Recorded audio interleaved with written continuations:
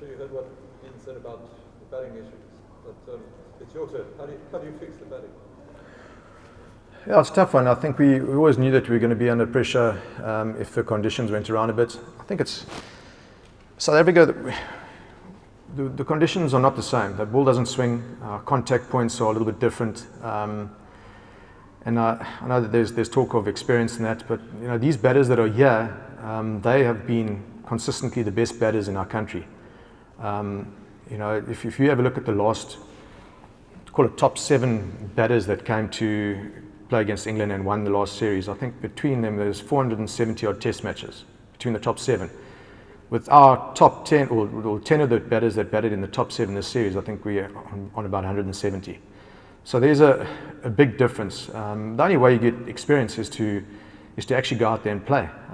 And these guys, we backed a couple of our batters to play in quite a few test matches in conditions where the ball went around a bit. They haven't come off, which has been an issue for us. And we were sort of forced into a position in this last game where we had to give opportunities to other guys.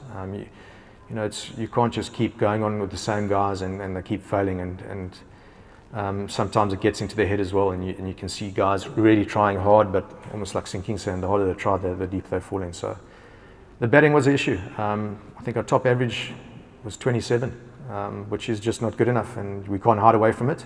And we got to find a way how to put it right. But I think English. Do you think maybe there's an element where the batters have a little bit of fear, where we see England's kind of fearlessness has given them freedom to play? Is that something you've addressed? We give the guys freedom to play, to express themselves. Each and every guy. I mean, the way that England would like to go out and play, you need to have the characters to do that first of all. A lot of their guys are good one day and white ball cricketers as well. I think you have to, in these conditions, trust your defence, and we haven't been able to keep out their good balls, and I think that has been the issue as well. I mean, it's one thing to say to guys, go out there and play with a bit of freedom, but there's consequences when guys are fighting for their test spots and fighting for their careers.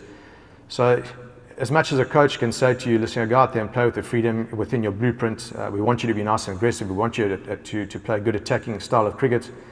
It's up to the individual and the character that comes with it, who trusts his defence and really goes out and tries to dominate an attack.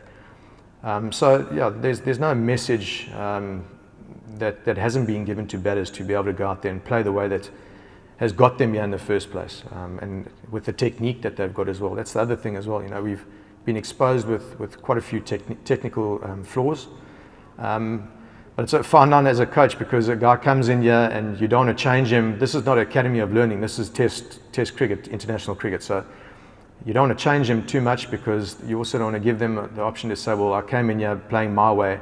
I've gone into test cricket, you've tried to change me, and maybe I should have just been myself. So that's the fine line as a coach, where you've got to maybe just go back to the drawing board and say, right, let's have a look at you playing in all these different conditions and experiencing all of this. And hopefully try and get it right the next time you come back here. You look at Hashim Amla's his technique when he first started playing Test cricket to what it is now. I mean, that's conditioning over lots of time, a lot of experience, going through a couple of ups, a couple of downs, and that's what these guys have to go through.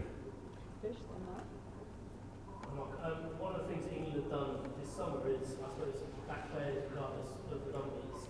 Do you think that's a luxury that England only have because of the number of tests that they played? They played 7 tests in the last 3 months, but it feels like players in other situations can't really afford to give players that kind of time. I think you can always back players who haven't got the numbers if there's guys batting around them who are scoring the numbers, and if you're winning test matches. So I think whoever you want to back a player, but if you're not performing as a batting group, then those low numbers are going to stand out, and that's exactly what's happened with us. If we've had 1 or 2 guys who maybe, if you have a look at all the averages in the whole series, I don't think the batters were too good from both teams, but there were 2 or 3 in the English side who really stood out with averages above 50. If we had that in our side, then yes, probably we could have given a couple more opportunities to the guys who are struggling a bit. So that just comes with either you winning or someone else is at least scoring the runs for you in your particular batting side.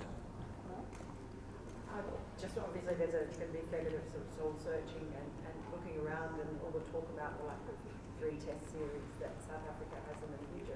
Just wondering, do you actually worry about the future of test cricket in South Africa at the current climate?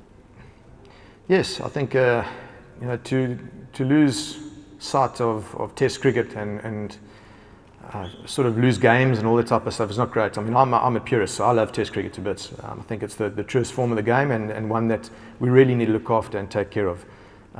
So I think the heads in the game of cricket need to get together, and we need to find a way of how we play more Test cricket. Because it is exciting, especially with the way that the games are getting played now. It's very seldom that you have draws. So I think it is quite exciting for the game. The games move forward, maybe because of T20 cricket. Guys are playing shots that they never would usually play. So it's attacking, and it's a nice sort of game to watch at the moment. So the more we see it, I think the better it'll be for everyone. Mark, just listening to you, you sounded a little bit maybe, I don't know if upset or annoyed is the right word. I mean, are you very disappointed because you've obviously spent a long time working for this series and where to? I'm disappointed because I think that it's a missed opportunity. We played some very good cricket, but then I think we let ourselves because we just didn't put the runs on the board. So we never quite knew how we could test England in a way. I mean, you need to take 20 wickets. We believed that we had the bowlers to be able to take 20 wickets. But bottom line is you've got to score runs as well, and we just didn't get the runs on the board. So yes, disappointed from that. But understanding, our guys didn't go out and play maverick cricket. We tried really hard. I mean, yesterday I could see it. The guys are really trying hard, but they got tested and maybe fell short with regards to their batting technically and also some good bowling. But we knew England had a good bowling attack, so we knew we were going to get tested. Unfortunately, we just couldn't stand up to it.